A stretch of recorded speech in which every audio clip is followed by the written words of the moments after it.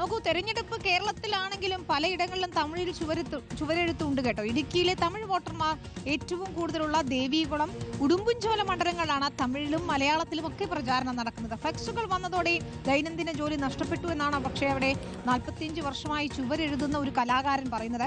ഉടുമ്പൻചോല മണ്ഡലത്തിലെ കാരിത്തോട്ടിൽ നിന്ന് രാഷ്ട്രീയവും കലയും ഒക്കെ ചേർത്തുകൊണ്ട് നമ്മുടെ രാഹുൽ സുരേഷ് തയ്യാറാക്കിയ റിപ്പോർട്ട് കാണാം. നമത് ചിഹ്നം അരുവാൾ ചുറ്റിക നക്ഷത്രം സഖാവ് കെ ജയചന്ദ്രൻ. ഈ കാഴ്ചയുള്ളത് തമിഴ്നാട്ടിലല്ല, ഇടുക്കി ജില്ലയിലെ ഉടുമ്പൻചോല മണ്ഡലത്തിലാണ് നമ്മളുള്ളത്. തമിഴിന് കൂടാതെ തൊട്ടപ്പുറത്ത് മലയാളത്തിലുള്ള ചുവരെഴുത്ത് കൂടിയുണ്ട്. LDF സ്ഥാനാർത്ഥി സഖാവ് കെ ജയചന്ദ്രനെ വിജയിപ്പിക്കുക എന്നുള്ളതാണ് മലയാളത്തിൽ തൊട്ടപ്പുറത്തുള്ളത്. അതുപോലെ തന്നെയാണ് നമത് ചിഹ്നം അരുവാൾ ചുറ്റിക നക്ഷത്രം സഖാവ് കെ ജയചന്ദ്രൻ എന്ന് തമിഴിലും ഇവിടെ എഴുതിയിരിക്കുന്നത്. കഴിഞ്ഞ 45 വർഷമായി ചുവരെഴുത്ത് രംഗത്ത് സജീവമായിട്ടുള്ള ടോമിച്ചേട്ടനാണ് നമ്മുടെ കൂടെ ചേരുന്നത്. ഇപ്പോൾ ഫ്ലെക്സ് ബോർഡൊക്കെ വന്നപ്പോഴത്തേക്കും പണി അല്പം കുറഞ്ഞു അല്ലേ? ഫ്ലെക്സ് വന്നാൽ പിന്നെ നമ്മുടെ പണിയേ ഇല്ലാതായി. പിന്നെ ഇതുപോലെ ഇലക്ഷൻ വരുമ്പം അത്യാവശ്യം ഒന്ന് രണ്ട് കുറേ ഭിത്തികൾ ഇങ്ങനെ എഴുതുമത് ഇലക്ഷൻ മാത്രമേ ഉള്ളൂ. ബാക്കി ഇലക്ഷൻ ഈ ഫ്ലെക്സ് വരുന്നതിന് മുമ്പ് എല്ലാ സ്ഥാനാർത്ഥികൾക്കും ഓടി നടന്ന് എഴുതുമായിരുന്നു. ഒരു 30-40 വർഷം മുമ്പ്. ആദ്യമായിട്ട് ചുവര് എഴുതിയ ഏത് സ്ഥാനാർത്ഥിക്ക് വേണ്ടിയിട്ടായിരുന്നു? ഞാൻ ആദ്യം ചുവരെഴുതിയത് ആദ്യം PJ കുര്യൻ ഇടുക്കിയിൽ മത്സരിക്കുമ്പോഴത്തേന് 1,36,000 വോട്ടിന് ഭൂരിപക്ഷം ആദ്യം ഇടുക്കിയിൽ നിന്ന് MP ആയി പോയപ്പോൾ PJ കുര്യന് വേണ്ടി ആദ്യം എഴുതി.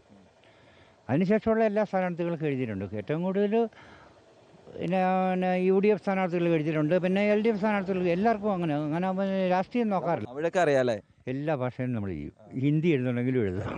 അല്ല, ഇനിയിപ്പോൾ അതിഥി തൊഴിലാളികൾക്ക് കൂടുതലായതുകൊണ്ട് ഹിന്ദിയിലും എഴുതേണ്ടി വരില്ലേ? ഇനിയൊരു മാറ്റം കിട്ടിയിട്ടുണ്ട്, അത് ഹിന്ദിയിൽ എഴുതാനായിട്ടാ. അതെവിടെയാ? നെടുങ്കണ്ടത്ത്. കെ ജയചന്ദ്രന് വേണ്ടിയിട്ട് തന്നെയാണോ? അപ്പൊ ഹിന്ദി, മലയാളം, തമിഴ് സംഗമ ഭൂമിയായിട്ട് നമ്മുടെ മണ്ഡലം മാറുകയാണ്.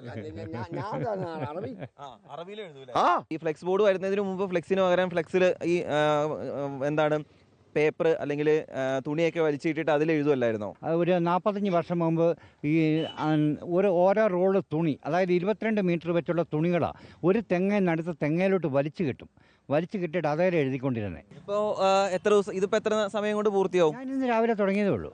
2 ദിവസം ഏറിയാൽ ഒത്തിരിയുണ്ട്. സ്ഥാനാർത്ഥികളെ പോലെ തന്നെയാണ് ഈ ചുവരെഴുതുന്ന ആളുകൾക്കും വലിയ തിരക്കാണ്. Reporter Rahul Suresh, in reporter, Idukki.